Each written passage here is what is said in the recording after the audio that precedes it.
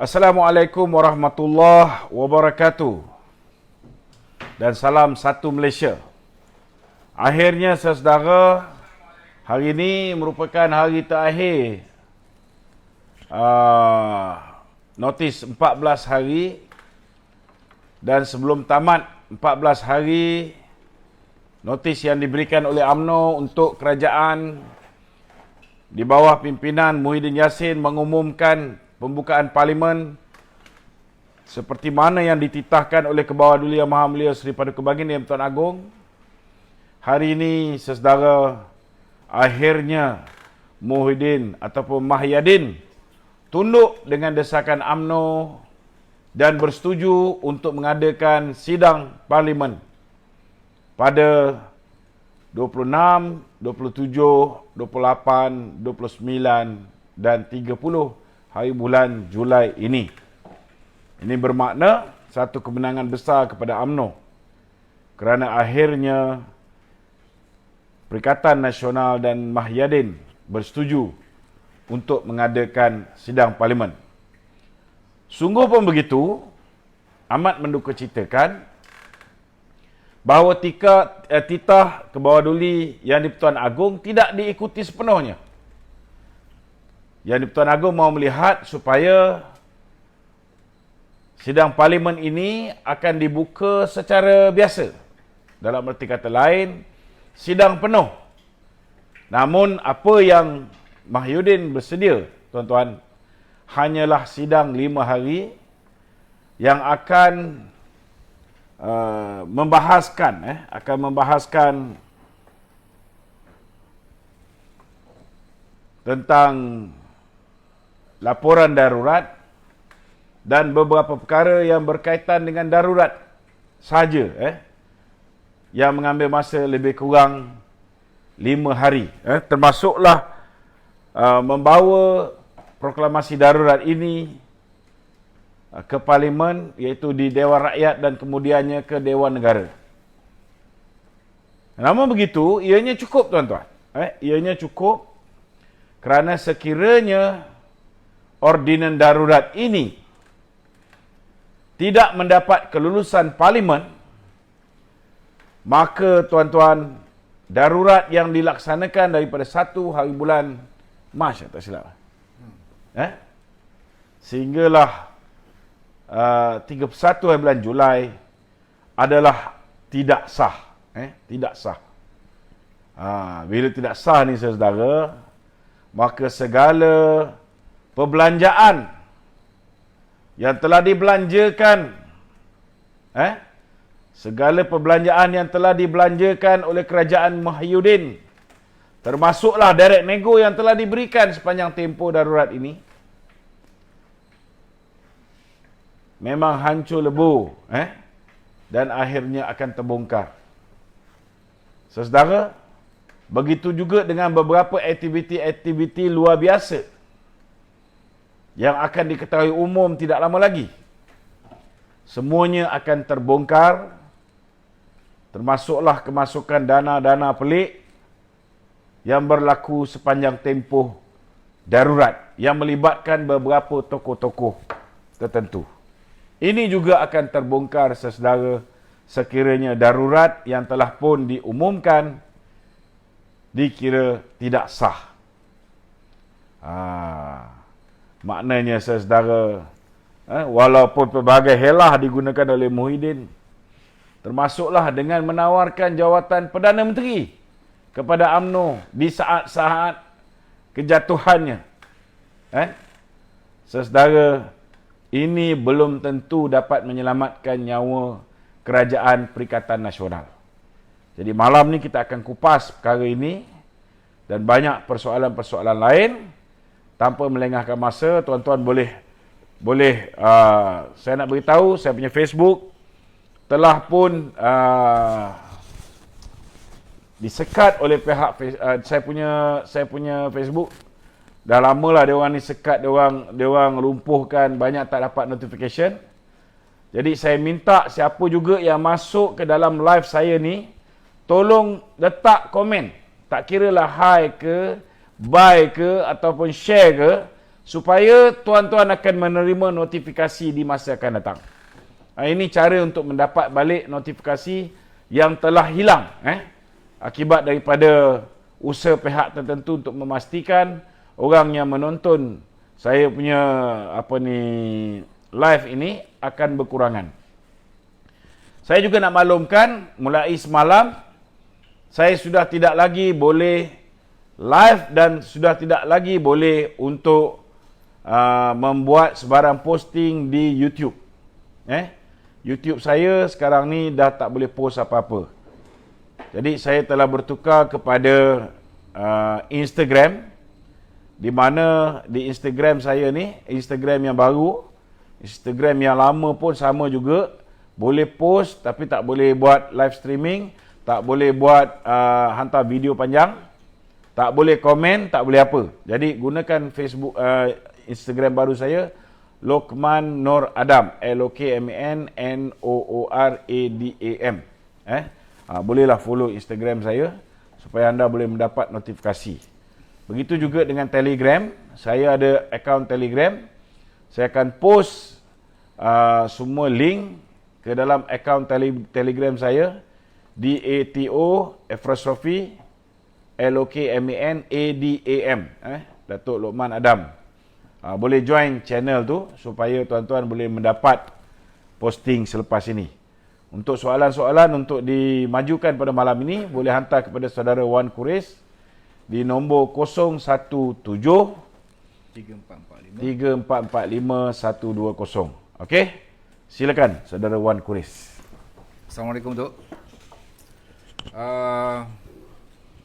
Berkenaan dengan pembukaan parlimen, Tok, selama 3 hari, lepas tu 3 hari kemudian disambung 2 hari lagi. Jadi Datuk rasa apa yang boleh dapat diselesaikan dalam tempoh sepanjang tu, Tok?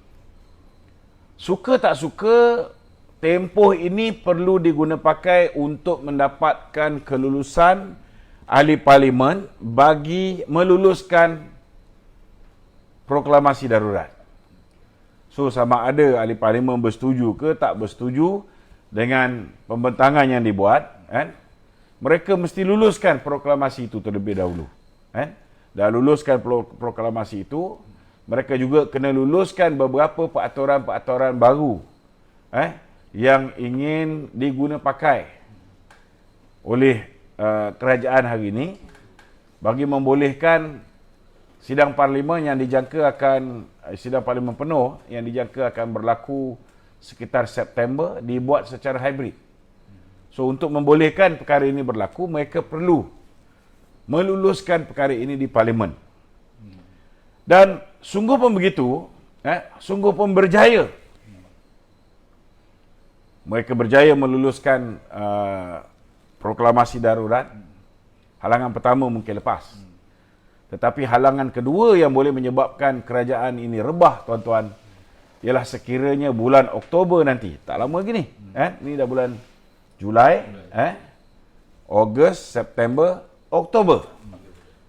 Bulan Oktober nanti, suka tak suka, kita akan berhadapan dengan apa yang dipanggil sebagai pembentangan bajet. Sekiranya pembentangan bajet 2022 gagal diluluskan, dalam erti kata lain, kerajaan ini akan dilihat sebuah kerajaan yang telah kehilangan mandat. Dan sewajarnya, kalau Muhyiddin mempunyai air muka, kalau dia ada rasa malu, dia perlu meletakkan jawatan. Kalau dia masih hidup lah. Okey, Datuk. Yeah. Maknanya cukup bulan ni ada persidangan parlimen, tetapi tidak ada bawa apa-apa perubahan kepada kepimpinan negara ke pertukaran kerajaan ke, takkan berlaku, Datuk? Macam-macam boleh berlaku. Macam-macam boleh berlaku. Kalau proklamasi darurat ini tidak lulus, maka segala perbelanjaan yang dibuat tanpa kelulusan parlimen. Kena ingat, setiap benda yang nak dibelanjakan pada tahun 2021 mestilah bersandarkan kepada apa yang diluluskan pada tahun 2020, bulan Oktober tahun lepas. Tetapi ada banyak direct nego projek. Ada banyak projek-projek yang dikira sebagai perbelanjaan emergency atau perbelanjaan kecemasan yang telah pun digunakan oleh kerajaan hari ini. Termasuklah pembelian vaksin tambahan dan sebagainya. Ini semua perlu dijawab dalam parlimen. Tambahan pula, hari ini vaksin yang berasal daripada UK dan Belgium, iaitu AstraZeneca, telah pun diputuskan oleh pihak European Union, di mana mereka mengumumkan vaksin ini tidak diiktiraf. Maka sudah pastilah dalam sidang parlimen ini, mungkin tak sempat dalam sidang parlimen yang ini, tapi akan berlaku dalam sidang parlimen bulan 9 ini, kerajaan akan ditanya bagaimana kita boleh terjebak dalam skam peringkat antarabangsa ini, membeli satu vaksin yang tidak diiktiraf. Kerana rata-rata orang yang mengambil vaksin ini adalah mereka yang mahu kembali kepada asal, mereka yang percaya dengan janji-janji Perdana Menteri bahawa kita akan boleh bergerak ke sana, ke sini, ke sana, ke sini, dan bagi mengelakkan seperti mana yang diumumkan oleh Datuk Seri Ismail Sabri, kita tidak mahu sekejap buka, sekejap tutup, sekejap buka, sekejap tutup. Kita mahu ianya berjalan dengan lancar. Itu sebab ramai yang telah mengambil vaksin ini. Ramai telah mengambil vaksin dengan harapan mereka akan dapat bergerak seperti biasa, seperti mana yang dijanjikan oleh Perdana Menteri, dan dibenarkan untuk keluar negara.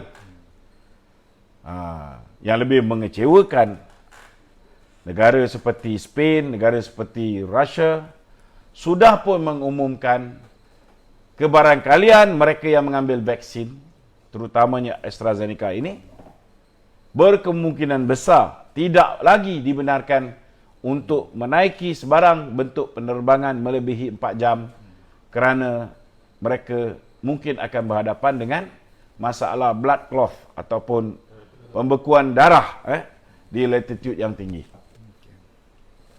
Okey. Datuk, mengenai persidangan parlimen akan dibahaskan pasal proklamasi darurat tu. Sekiranya proklamasi darurat ni tidak sah, maknanya sepanjang tempoh darurat, maknanya kalau rakyat ke atau siapa-siapa, mana-mana pihak yang telah disaman ke ataupun diambil tindakan undang-undang, adakah sah ataupun tidak sah tu atas akta darurat? Macam contohnya macam saya, saya di lock up menggunakan akta darurat. So sekiranya proklamasi darurat itu tidak sah, kerana tidak mendapat kelulusan, tindakan menggunakan akta darurat ataupun ordinan darurat salah. Saya boleh saman kerajaan. Begitu juga dengan orang-orang lain yang telah dihadapkan ke muka pengadilan, di bawah ordinan darurat, mereka juga boleh bertindak menyaman kerajaan. Masuklah melanggar SOP ke apa ke? Itu bawah ordinan darurat ke? Yang mana yang di bawah ordinan darurat? Ada yang di bawah undang-undang yang sudah pun termaktub di bawah PKP. Kan? Yang mana undang-undang yang dibuat tanpa darurat, PKP pun dah ada undang-undang tu, memang okeylah, tak ada masalah. Sebab benda tu sudah pun diluluskan di parlimen. Yang mana yang di bawah undang-undang darurat saja. Okey. Ada soalan parlimen? Ada lagi soalan parlimen? Tak ada. Selesai. Alright. Kita pindah ke tajuk lain. Okey, Tok. Sebelum ke tajuk yang lain-lain tu, mengenai hari ini tu, ramai orang nanti penjelasan Datuk berkenaan dengan satu laporan polis yang polis yang dibuat oleh Setiausaha Ismail Sabri terhadap Datuk tu. boleh ulas sikit tu. Apa sebab dia nak saman? Biarkanlah dia nak saman ke, dia nak apa ni, laporan polis ke kan. Dia Menteri Keselamatan, Dia ada kuasa sekarang ni ada kuasa lah. Dia boleh gunakan pihak polis yang berada di bawah kawalan dia. Tak ada masalah. Kan? Kalau saya kena duduk lokap ke, kena penjara ke apa, berapa lama dia boleh penjarakan saya? Maksimum 2 tahun. Selepas 2 tahun, kerajaan berubah. Mungkin bukan lagi dia menjadi menteri yang menjaga kluster keselamatan. Itu habis selamalah tu kalau 2 tahun. Kan? Cuma saya nak ingatkan satu. Sebelum dia mengarahkan setiausaha politik dia untuk membuat laporan polis. Pertama sekali dia kena sedar. Bila polis menyiasat. Bila polis menyiasat. Polis kena siasat. Adakah perjumpaan itu berlaku? Adakah perjumpaan itu berlaku? Kalau polis siasat, perjumpaan itu benar-benar berlaku. 2 implikasi. Pertama, dia boleh dihadapkan ke jawatan kuasa disiplin. Kerana mengadakan perjumpaan di kalangan ahli parlimen untuk memujuk ahli parlimen untuk tidak keluar daripada Kerajaan Perikatan Nasional. Sedangkan Perhimpunan Agung UMNO 2020 telah pun memberi mandat kepada Presiden UMNO untuk menentukan bila tarikh yang sesuai untuk UMNO keluar daripada Kerajaan Perikatan Nasional. Ini penting ni. Ini keputusan yang dipersetujui ketika Presiden berucap dalam ucapan penggulungan dia. Perwakilan bersetuju sebulat suara. Bukan setakat itu, ada standing ovation, tepuk tangan lagi. Malah terpapar di kaca TV. Ismail Sabri pun bangun memberikan sokongan. Jadi, kena ingat, dengan apa yang berlaku di Jalan Belami, itu hari dia buat kat Jalan Belami. Malam ni dengar cerita dia buat dekat Mindef. Buat lagi. Buat lagi. Ada lagi perjumpaan. Betul tak? Maknanya bila-bila masa tindakan disiplin boleh diambil ke atas diri dia. Keduanya dia kena ingat. Selama hari ini dialah Menteri PKP yang mengumumkan supaya rakyat mesti ikut SOP. Bila laporan polis dibuat, polis siasat betul berlaku perjumpaan 29 ahli parlimen. Tak kira lah 29 ke 12 ke 14 ke, maknanya kamu telah langgar SOP. Mengadakan perjumpaan politik, mengadakan perjumpaan sosial, ini salah. Mengikut SOP yang dibuat oleh Menteri SOP sendiri. Siapa Menteri SOP? Jangan lupa. Dia kena ingat. So dia kena fikir semua benda ni. Dan di sinilah orang akan melihat. Dia mengatakan bahawa rakyat kena stay at home. Jangan keluar rumah. Tapi dikala rakyat tengah sengsara, tak dibenarkan keluar rumah, rakyat tak boleh cari rezeki, tetapi mereka boleh mengatur perjumpaan-perjumpaan politik untuk meraih keuntungan kuasa. Ini satu benda yang salah. Tak sepatutnya berlaku dalam tempoh keadaan sekarang. Tuanku suruh engkau orang mesyuarat dekat parlimen, engkau orang lengah-lengahkan. Tuanku suruh sidang penuh, engkau orang buat 5 hari. Betul tak? Macam mana? Cuba fikir macam mana. Itu sebab saya tak bimbang. Dan yang paling pelik nombor 3. Yang paling pelik nombor 3. Saya mengulas apa yang keluar di dalam YouTube petang tersebut.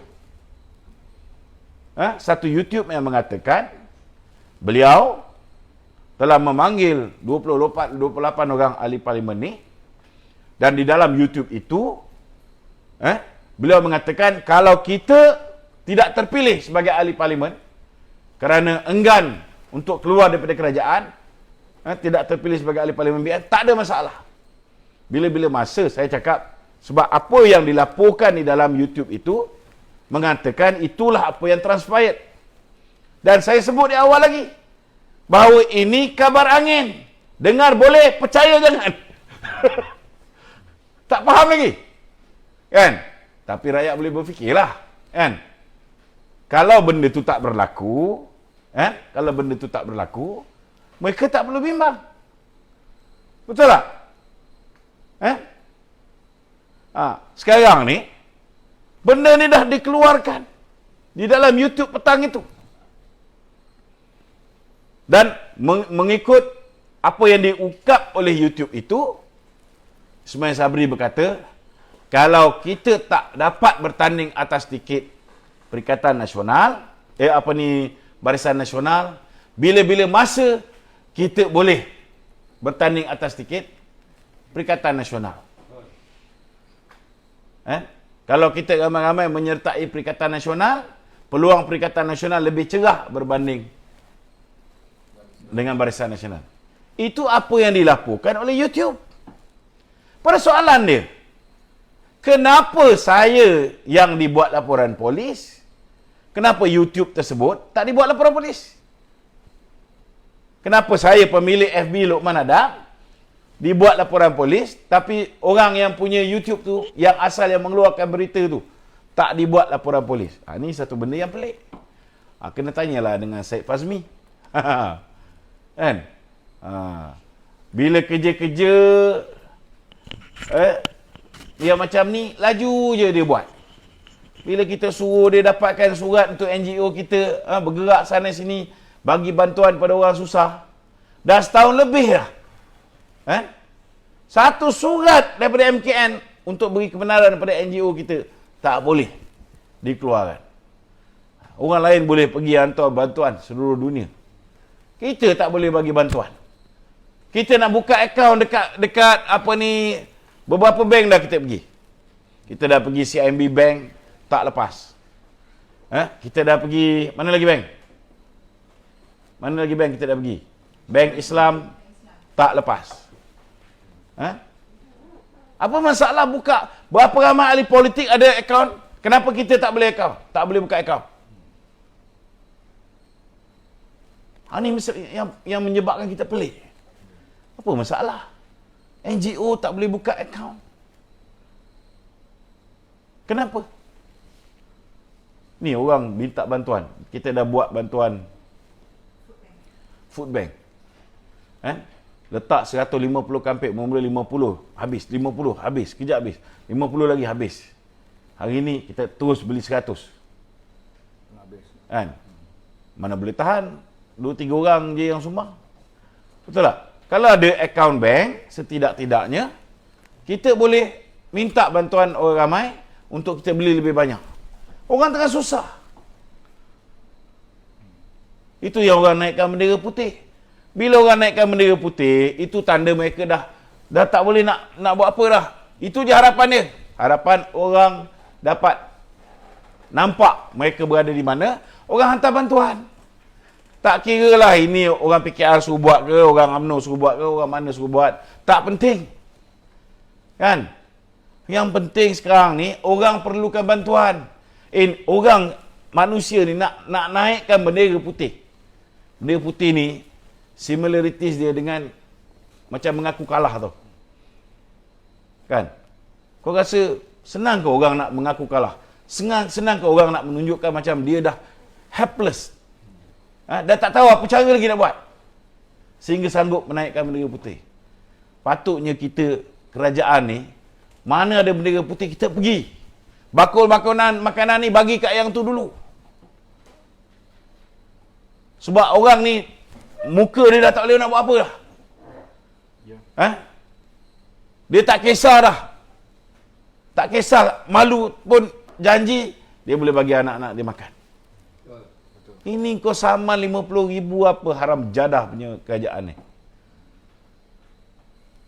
Di mana letak otak kita sebagai orang yang waras? Kan? Kau pergi kat rumah tu, bang, minta tolong. Turunkan bendera ni, nak ambil ni, berikanlah makanan. That's it. Orang tengah susah, kau tambah lagi dengan seksa. Saman 50,000, Allah. Di mana keprimanusiaan kita? Itu sebab kita, yalah, siapa yang tak berani nak naik bendera ni, kita minta dia orang kontak Suzalina. Ada sesiapa yang nampak orang yang memerlukan sekitar Titiwangsa, Lembah Kelang, kan? Mana lagi? Wangsa Maju, kan? Dekat-dekat lah dalam radius, tadi kita pergi Lembah Pantai yang radius 10 km. Tadi sampai Bukit Jalil, kan? InsyaAllah kita akan pergi hantar.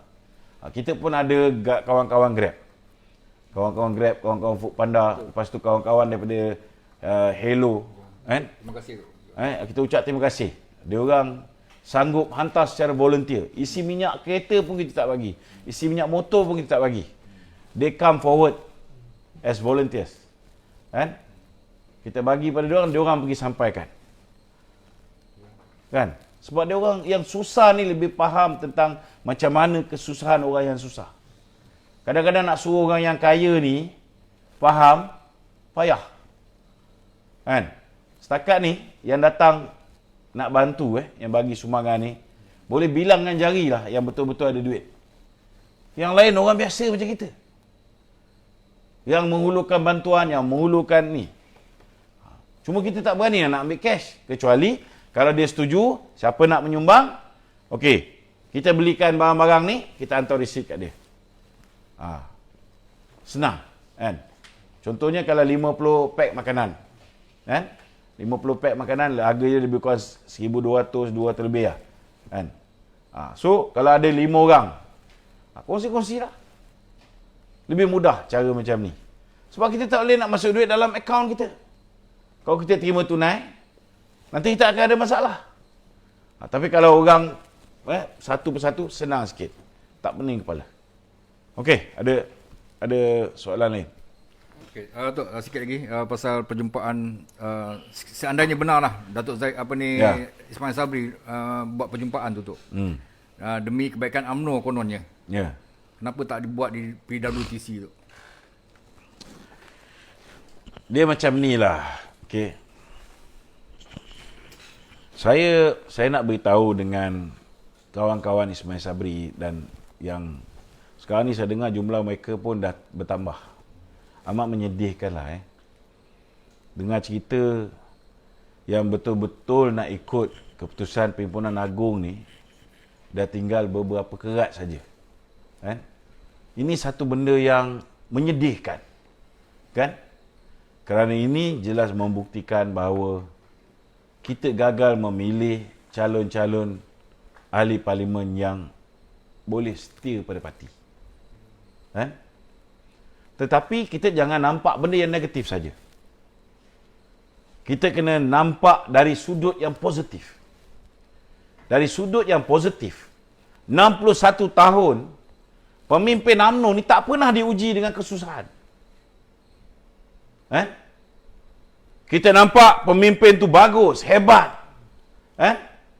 Kerana mereka ini tidak pernah kita uji dengan kesusahan.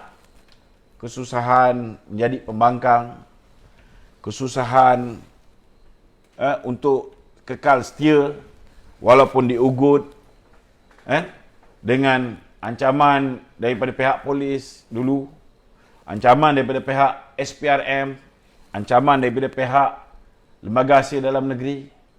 Tetapi proses 3 tahun kita kalah ni,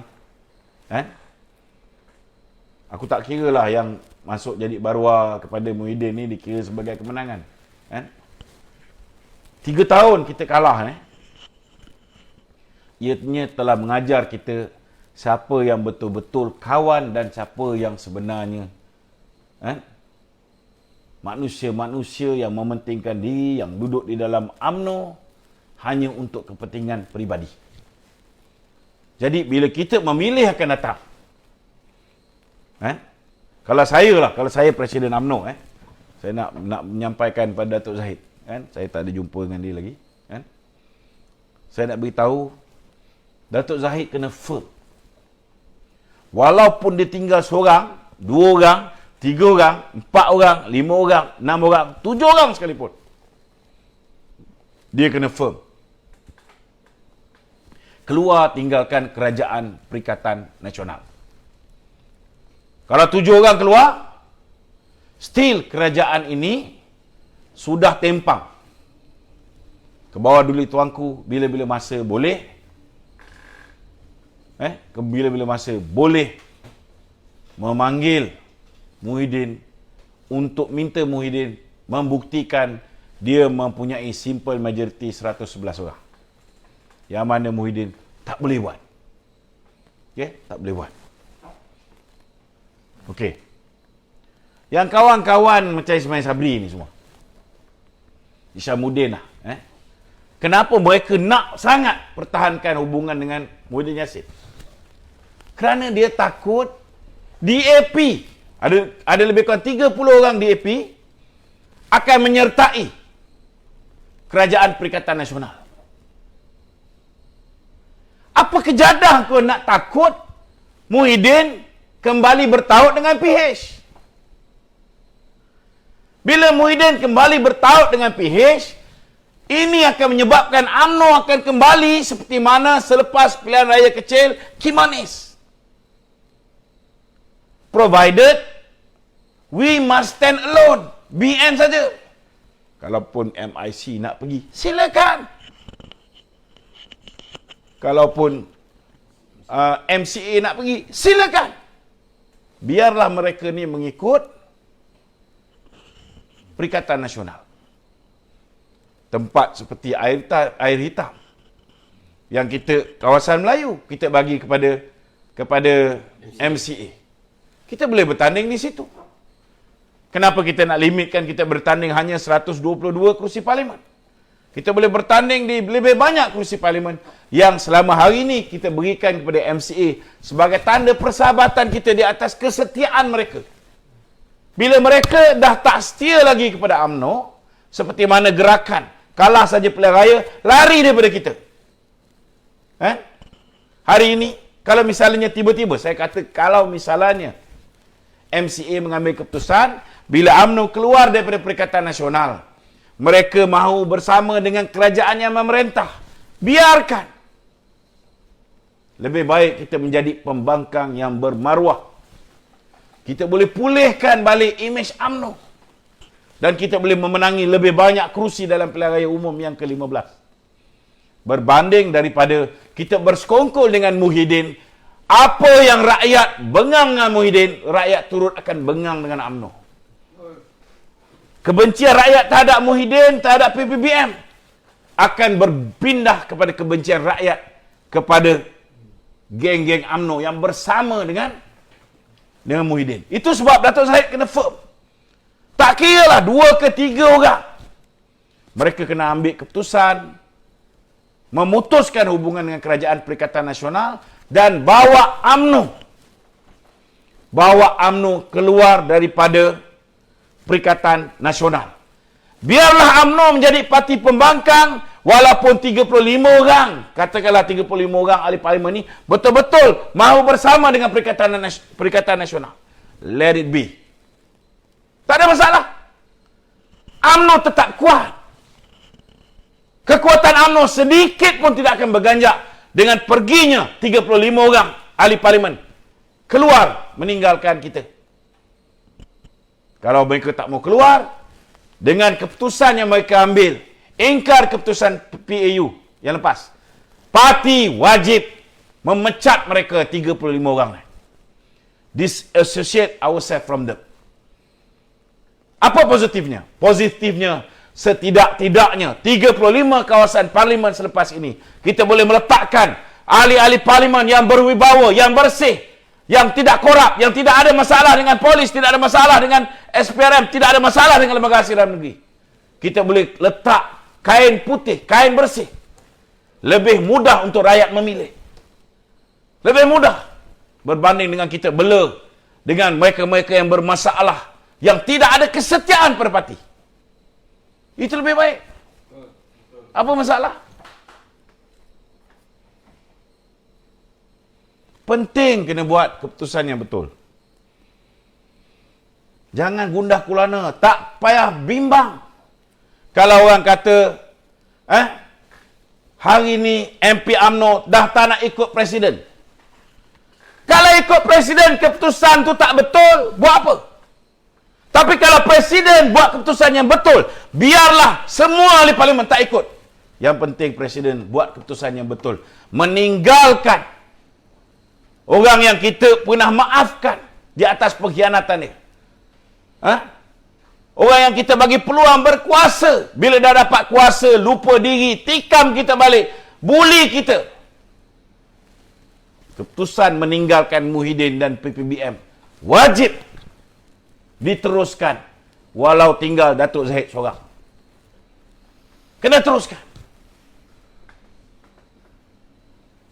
Kerana saya yakin di bawah sana ahli-ahli UMNO menunggu bila kita nak cakap serupa bikin.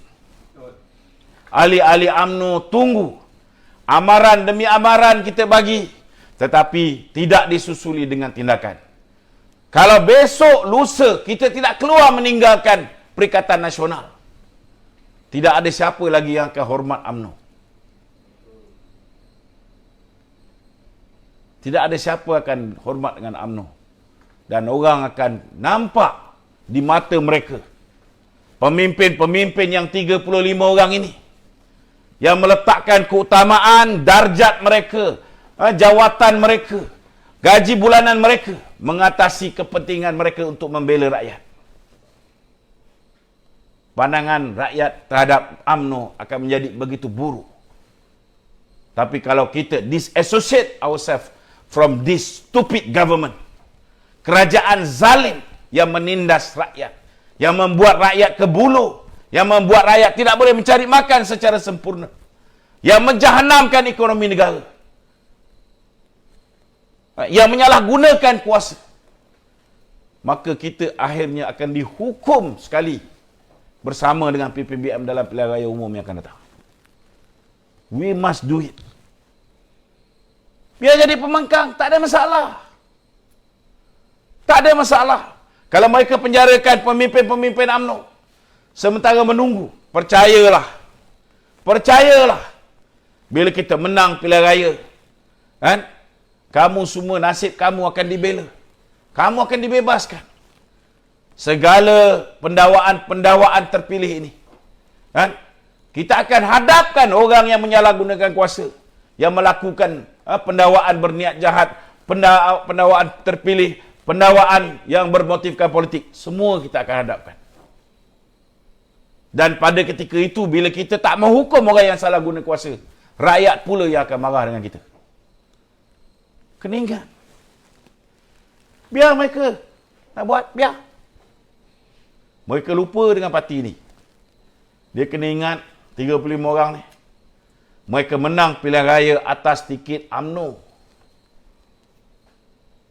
Tidak ada jaminan kalau ahli-ahli parlimen ini lompat pergi menyertai Bersatu, maka mereka akan menang pilihan raya akan datang. Tidak ada jaminan. Sepatutnya hari ini, kalau 42 orang ini, MP-MP BN ini bersatu, kita tarik diri. Tak ada sebab ke bawah Duli Yang Maha Mulia Seri Paduka Baginda nak mempertahankan kerajaan Muhyiddin Yassin. Maka apa yang akan berlaku? Kita akan adakan pilihan raya semula, atau akan ada interim government ataupun prorok. Ada kerajaan caretaker government sehingga pilihan raya sesuai untuk diadakan. Itu lebih baik. Itu lebih baik. Dan bagi saya, cakap terus terang, dengan sifat jijik, mereka-mereka yang menjual diri untuk mengekalkan kuasa, yang tak berapa hari pun Nak dapat jawatan timbalan Perdana Menteri, jawatan Perdana Menteri, berapa lama? Hanya bersifat sementara. Dan jika kamu tidak ada kredibiliti untuk menggalas tanggungjawab itu, jawatan itu yang akhirnya akan menguburkan parti kamu. Kena ingat ni. Jangan fikir senang mengambil alih sebuah kerajaan dalam keadaan kerajaan ini kantongnya sudah kering. Kerajaan ini telah mencuri virus COVID-19 daripada kerajaan Pakatan Harapan. Kerajaan ini telah mencuri kegawatan ekonomi yang berpunca daripada Peringkat Pakatan Harapan yang hari ini menjadi semakin parah. Jangan fikir ianya satu benda yang mudah. Kalau kamu tidak mempunyai hubungan antarabangsa yang bagus, hubungan diplomatik yang bagus, kamu tidak diyakini oleh pelabur, belum tentu kamu boleh menggalas tanggungjawab ini dengan baik. Dan kalau kamu gagal seperti mana Mahathir gagal, seperti mana Muhyiddin gagal, maka UMNO juga. Kalaupun lepas ni yang akan dipilih ni Ismail Sabri datangnya daripada UMNO, maka Ismail Sabri akan menyebabkan UMNO dihukum dalam pilihan raya yang akan datang. Ini kena ingat. Ini kena ingat. Okey, ada soalan lain? Datuk, andai kata UMNO tarik diri dari Perikatan Nasional dan Perikatan Nasional tumbang, blok apa yang akan gantikan Perikatan Nasional ketika itu nanti? Saya yakin kalau Perikatan Nasional tumbang, ke bawah Duli Tuanku tidak akan mengisytiharkan pilihan raya. Maknanya, kalaupun dibubarkan parlimen, sebaiknya bubar. Itu penting. Sebab bila ahli parlimen 220 orang ini hilang kelayakannya sebagai ahli parlimen, tidak ada lagi orang berebut kuasa. Tidak ada lagi orang yang akan mempertikaikan orang ni jadi Perdana Menteri, tak boleh, orang ni tak boleh. Tidak akan ada orang buat pakatan. Tidak akan ada orang buat perjumpaan sulit. Tarik balik semua keahlian mereka sebagai ahli parlimen. Tarik balik. Kalau nak fokus, tumpukan untuk selesaikan masalah COVID-19, tarik balik. Maknanya bubarkan parlimen.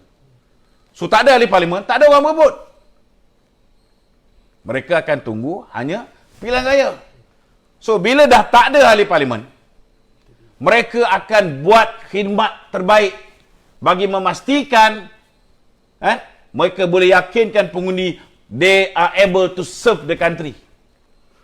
So mereka akan berkempen. Masuk berkempen ni bukan berkempen dengan cara sekarang ni, berebut kursi, kumpul orang sana, kumpul orang sini, beli orang sana, beli orang sini. Betul tak? Lepas ni, contohnya duit Mahathir ni tengah masuk ni. Menggunakan bekas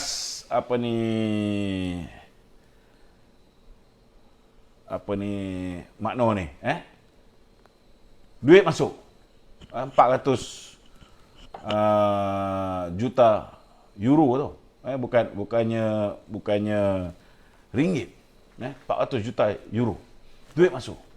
Untuk apa duit ni masuk? Untuk beli ahli parlimen.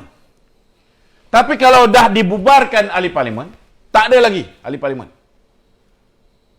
apa akan berlaku? Ahli-ahli parlimen tidak ada harga lagi dah. Tak ada orang nak beli. Betul tak? Berlaku tak pembelian sana, lompat sini? Tak ada. Kan? Jadi biar tuanku, kita serah pada tuanku untuk mewujudkan apa yang dipanggil sebagai interim government. Kalau dia tak nak pening kepala, cari orang yang betul-betul profesional. Cari profesional. Kalau dia nak orang-orang politik yang berpengalaman, okey, ambil lah beberapa kerat orang politik yang berpengalaman, yang dilihat bersih di mata rakyat. Kan? Wujudkan kerajaan sementara. Matlamat dia kena selesaikan COVID. Bagi KPI. Sekian-sekian tarikh, mesti capai ini. Kalau tak, kita tukar. So, barulah kalau tuanku sendiri menetapkan, better bagi 6 bulan. Supaya kerajaan interim ini boleh menurunkan angka COVID ini. Setidak-tidaknya penurunan sebanyak 80% atau 90%. Saya yakin kalau kerajaan diberi mandat untuk capai ini, dan jika mereka gagal, mereka akan ditukar. Saya yakin mereka akan pastikan bahawa angka ini dicapai. Tapi kalau kekalkan Muhyiddin, yang mana Muhyiddin hari ini dah hilang majoriti, hanya kerana mereka isytihar darurat, mereka isytihar PKP, Parlimen tak boleh bersidang, ahli Parlimen tidak boleh buang dia sebagai ahli Parlimen. Itu sebab dia masih berkuasa. Maka macam mana mungkin kita boleh harapkan Muhyiddin Yassin untuk memastikan angka COVID ini turun? Kerana hanya dengan mengekalkan angka COVID itu berada di tahap yang tinggi, barulah Muhyiddin akan kekal relevan dan tidak akan diturunkan daripada kerusi Perdana Menteri. Itu je cara dia. Benda ni mudah, bro. Siapa juga yang jadi kerajaan, bila dia jadi kerajaan, dia percepatkan proses vaksinasi. Lebih-lebih lagi kalau orang tu mempunyai hubungan antarabangsa yang baik, dia boleh dapat vaksin seperti mana negara lain boleh dapat vaksin dengan kuantiti yang banyak. Tidak ada sebarang bentuk diskriminasi, tidak ada sebarang bentuk penindasan, ataupun ada orang yang memberikan alasan mengatakan ianya telah dibolot oleh EU dan sebagainya, menyebabkan kita dapat sikit. Tak ada lagi alasan ni. Proses vaksinasi boleh berjalan bagi orang yang mahu divaksin. Bagi orang yang tak mahu divaksin, kita tak boleh halang. Itu hak mereka. Keduanya, kita sudah ada banyak ubat. Ivermectin umpamanya, orang yang dah masuk ICU pun bagi Ivermectin terus sihat. Tak ada masalah. Sekali lagi saya akan bawa orang yang pernah menjadi mangsa COVID, dah masuk hospital, berada dalam ICU, dapat saja Ivermectin, settle, terus pulih. Kita akan bawa dia orang ni untuk ditemu ramah. Dengan harapan kerajaan selepas ini akan memastikan penggunaan ubat macam Ivermectin. Dia ada satu lagi jenis ubat yang turut digunakan sebagai bahan kajian di hospital. Kemudian ada hydroxychloroquine, kurang sikit keberkesanannya berbanding dengan Ivermectin. Kemudian kita ada herba. Ada banyak bentuk herba yang hari ini digunakan dalam negara kita. Kita ada herba di SP Sulaiha, kita ada apa yang dipanggil sebagai alamak, lupa nak on kan tadi, mati. Kita ada habatus sauda dengan madu sumek, banyak benda kaedah yang boleh kita gunakan. Saya yakin kalau kerajaan itu fokus pastikan bahawa wabak ini boleh diselesaikan dalam tempoh 6 bulan daripada sekarang, insya-Allah. Dan tidak perlu buat PKP bodoh ni. Kita buka seluas-luasnya. Yang penting bagi masa sedikit, beberapa minggu kepada kerajaan baru, make sure pembelian Ivermectin boleh dibuat oleh kerajaan, pengedaran ke seluruh negara dapat dilakukan. Lepas tu kita boleh on full force ekonomi. Kita boost balik kita punya ekonomi. Orang yang hilang pekerjaan ni kita pastikan kita boleh wujudkan lebih banyak peluang pekerjaan. Saya yakin walaupun benda ni akan mengambil masa yang lama untuk pulihkan ekonomi, it will not be as easy as killing this virus. Bunuh virus ni lebih mudah berbanding dengan nak pulihkan ekonomi. Itu sebabnya rakyat kena cerdik. Bila kita pilih pemimpin, kita kena pastikan bahawa pemimpin yang kita pilih itu mempunyai kemampuan mentadbir ekonomi negara. Kalau tak mampu, jangan semata-mata kerana dia masih bersih, dia masih baru, belum ada sebarang kecacat cela, kita anggap orang ini mampu, capable untuk menjana pendapatan, mempelbagaikan sumber pendapatan negara. Tidak semudah tu. Kita perlu orang yang berpengalaman. Tuanku tahulah macam mana cara dia nak buat pilihan. Okey. Okey Datuk. Kalau Dekat sikit. majoriti Okey Datuk Kalau majoriti UMNO tak tarik diri Ya. dari Kerajaan Perikatan Nasional, tidakkah ini akan memberi kesan kepada parti yang akan dilihat seolah-olah tak firm dan Saya rasa saya dah jawab tadi. Sekiranya disebabkan ramai yang defect, ramai yang tidak mahu untuk mengikut arahan Presiden bagi meninggalkan Kerajaan Perikatan Nasional. Itu sebab saya merasakan kalau tinggal Datuk Seri Zahid seorang sekalipun, dia kena teruskan meninggalkan Perikatan Nasional. He got nothing to lose. Dia dah hilang segala-galanya. Betul tak? Orang yang got nothing to lose ni lebih berbisa berbanding dengan orang yang takut kena dakwa. Orang yang takut hilang jawatan menteri. Itu sebab dia lebih berani. Itu sebab bila Mahathir suruh dia bubarkan UMNO dulu, dia berani kata no. Itu sebab dia didakwa. Jadi sekarang ni kenapa nak patah balik? Terus. Tapi kalau kali ni kita tak beri gambaran yang jelas bahawa UMNO really mean business, kita tak tarik, maka saya bimbang UMNO akan jadi sejarah.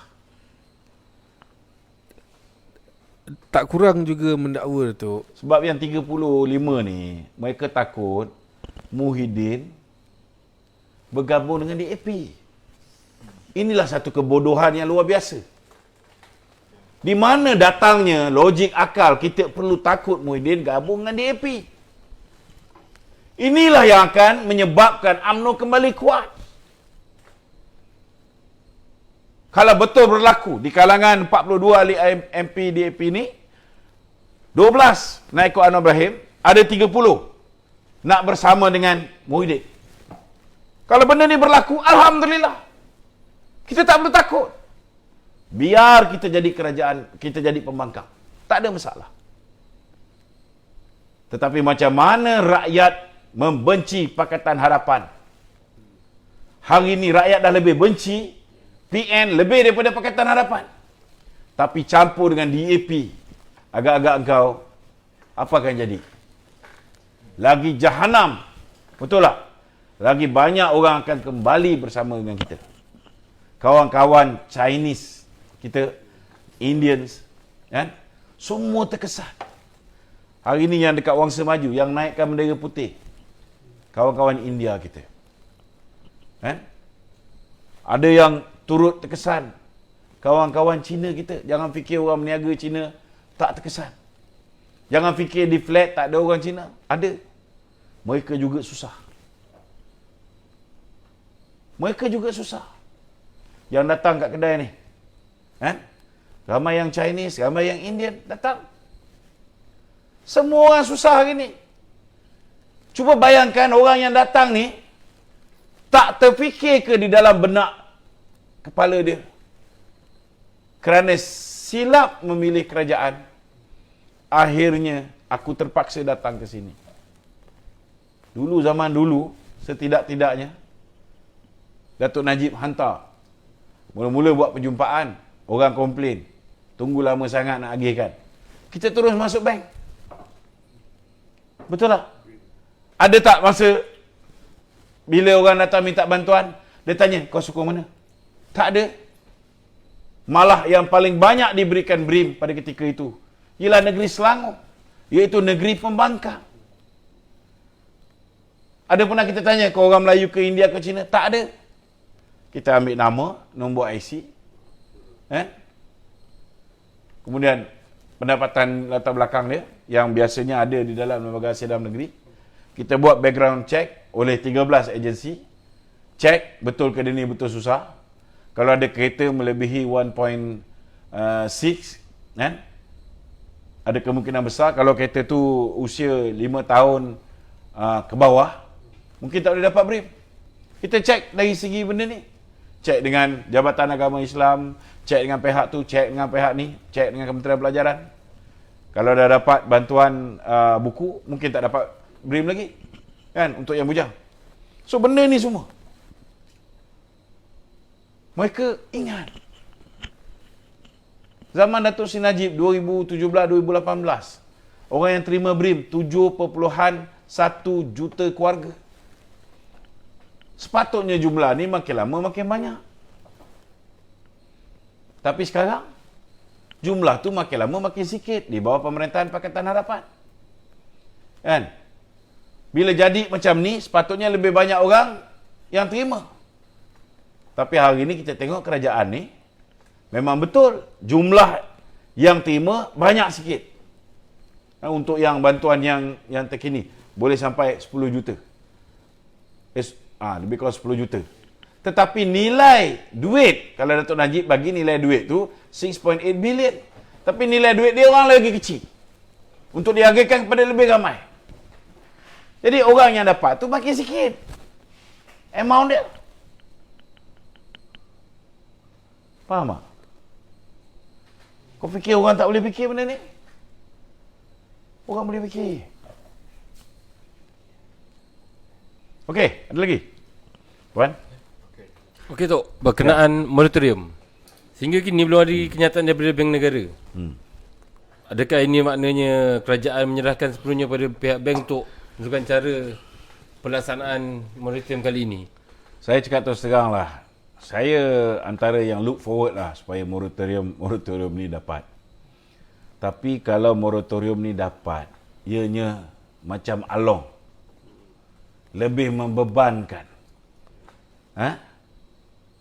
Tahun meminjam tu dipanjangkan. Menyebabkan interest yang diraih oleh pihak bank tu lebih lumayan berbanding daripada kita bayar cara biasa. Hari ni saya fikir 10 kali. Mungkin 1-2 saya akan buat moratorium. Kan? Yang lain saya duk fikir-fikir, saya carilah duit, saya bayar. Betul. Saya tengok bank juga. Kan? Ada juga bank yang okey sikit. Ada. So mana yang bank okey? Saya ambil moratorium. Yang mana yang tak okey? Saya bayar. Nasib baik kita boleh bayar. Kan? Kita otak boleh fikir macam mana cara nak diversify, macam mana sate tak boleh jual, macam mana nasi goreng dan sebagainya tak boleh jual, restoran tak boleh orang masuk makan. Kita boleh cari cara lain. Kita boleh diversify jual benda lain. Habis kalau orang yang tak tahu macam mana nak diversify, kepakaran dia memasak saja, kepakaran dia jual baju saja, kepakaran dia jual itu, jual ini saja. Bila hari ini berlaku lockdown satu negara ni, kan? Engkau pula umum, moratorium, lama lagi baru boleh dapat. Sewa daripada bulan 4, bulan 5, bulan 6, kena bayar tak? Nak bayar siapa yang nak bagi pinjam? Along juga bagi pinjam. Siapa yang menjerut leher rakyat hari ini? Dengan tindakan bodoh lockdown ni. Minta maaf lah, bab lockdown ni, saya tak bersetuju dengan banyak orang. Kerana saya yakin negara ini boleh keluar daripada kemelut COVID-19 ni tanpa perlu lockdown.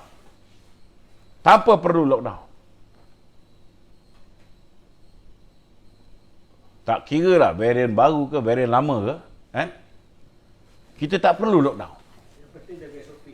Yang penting, ubat yang patut kita bagi pada rakyat, jangan sekat. Kalau kau dah tahu ubat ni yang paling berkesan, kau arahkan KKM untuk rampas semua ivermectin. Apa punya bangsat ni? Ini antara benda yang kerajaan baru ni kena buat.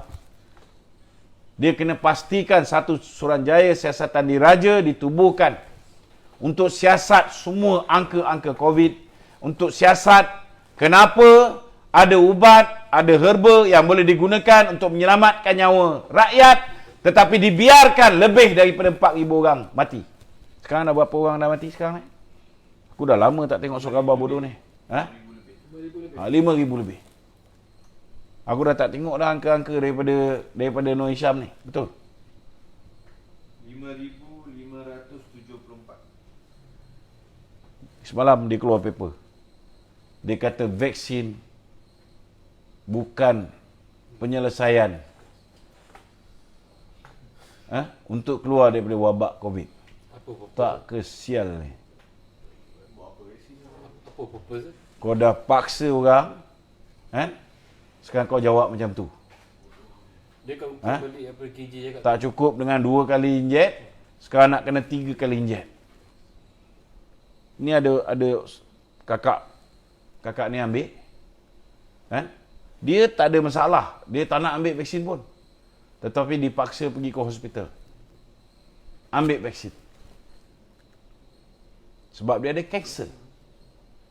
Orang ada kanser ni, dalam Pfizer punya dia punya apa ni, kertas ni manual dia.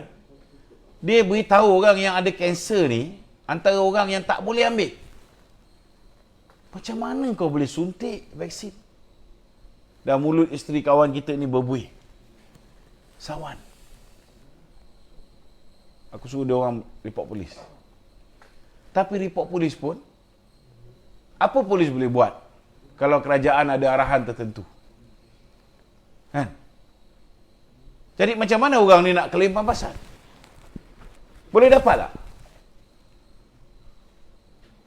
Itu sebab kena ada satu jawatan kuasa bebas.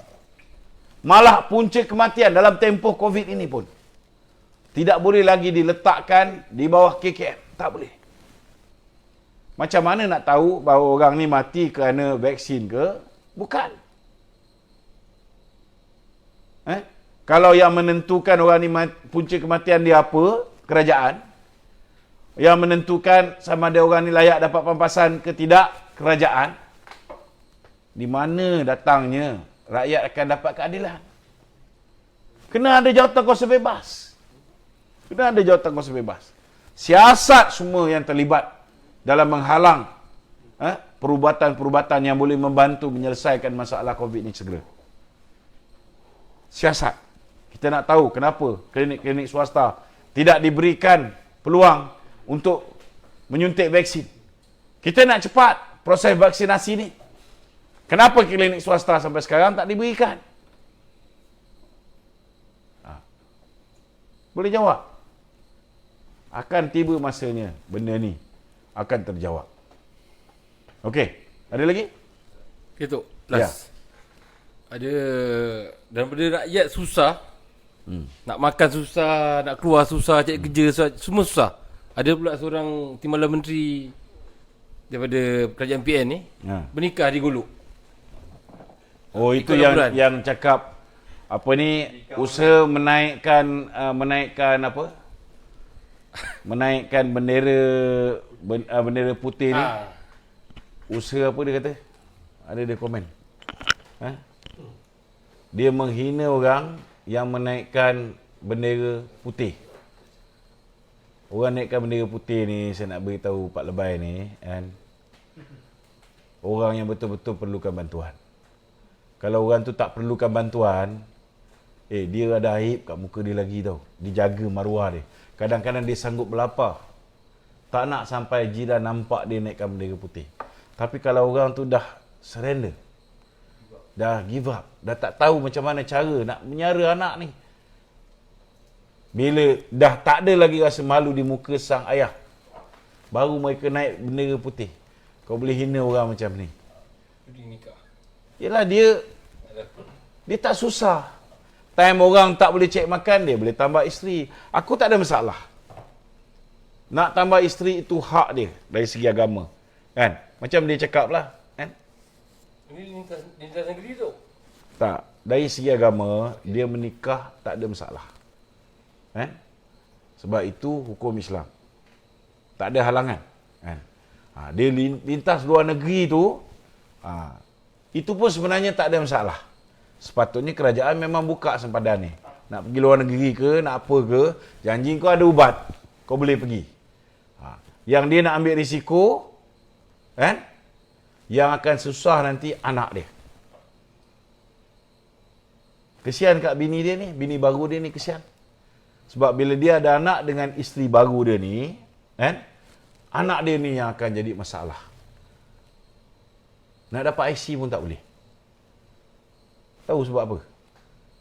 Sebab dia tidak keluar negara mengikut saluran yang betul. Dia ikut, mungkin dia ikut sungai ke, dia ikut jalan tikus ke, betul tak? Apa kesan dia? Apa kesan dia? Pintu masuk negara tutup. Rekod. Maknanya tidak ada cop. Bila kau nikah kat Thailand ni, pertama sekali, kau kena nikah dengan orang yang ada kelayakan untuk menikahkan kau. Contohnya kau pergi, dia pergi Narathiwat.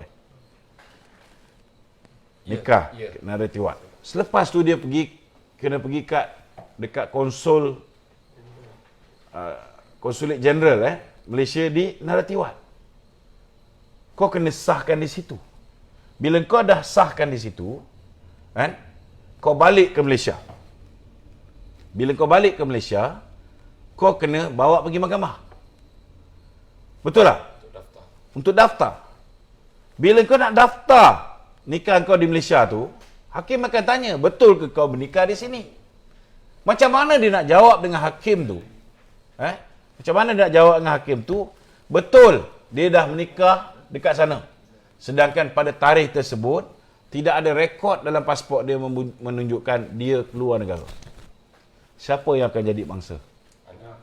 Anak dia tidak akan dapat IC. Tak dapat IC. Aku ada beberapa orang kawan, dia kahwin dengan orang Indonesia, orang Indonesia tu lari balik negara dia. Sang suami ni dah tak jaga anak-anak ni kan. Ada seorang makcik ni jadi mak angkat. Anak-anak tu tak boleh sekolah tau. Umur dah 12 tahun, tak boleh sekolah. Tahu kita baru nak tolong, tiba-tiba dah tukar kerajaan. Sampai sekarang, surat dah dapat. Kementerian Dalam Negeri lama dah bagi kelulusan untuk anak dia ni sambung sekolah. Tapi kerajaan baru tak pakai. Kesian dekat bakal anak dan isteri YB ni. Kalau tidak ada bukti, dia kahwin dengan YB ni, anak tak ada IC, dan kalau YB ni mati nanti, sang isteri ni tak boleh tuntut apa-apa. Surat nikah kat Thailand ni perlu disahkan di Malaysia. Kena ingat tu, tak mudah. Itu sebab sistem pernikahan Malaysia ni kena betulkan. Islam tak meletakkan satu pertambahan rukun nikah. Rukun nikah kat Malaysia ni, adalah beberapa negeri yang buat betul. Contoh macam Perlis, dengar cerita Kedah pun nak buat ni kan. Maknanya orang nikah tak perlu minta kebenaran isteri pertama. Betul tak? Tapi Malaysia ni dia pandai-pandai tambah rukun nikah. Kita faham keperluan nak melihat si lelaki tu mampu ke tak mampu. Itu sebab aku cakap kalau dia nikah tu rezeki dia. Kan? Tak perlu nak jadi isu. Sebab benda ni rezeki dia. Kan? Lebih baiklah dia bernikah daripada dia buat benda-benda yang tak baik. Betul tak? Cuma persoalan dia kesian ke anak dia. Kesian ke anak ni. Tapi mungkin kerana dia timbalan menteri. Kan? Mungkinlah dia ada kaedah-kaedah yang membolehkan surat nikah dia tu boleh keluar. Kita tak tahu. Okey. Okey. Stop buat kahwin. Ada kita cerita sikit lah bab bunda kahat ni. Okey. Assalamualaikum warahmatullahi wabarakatuh.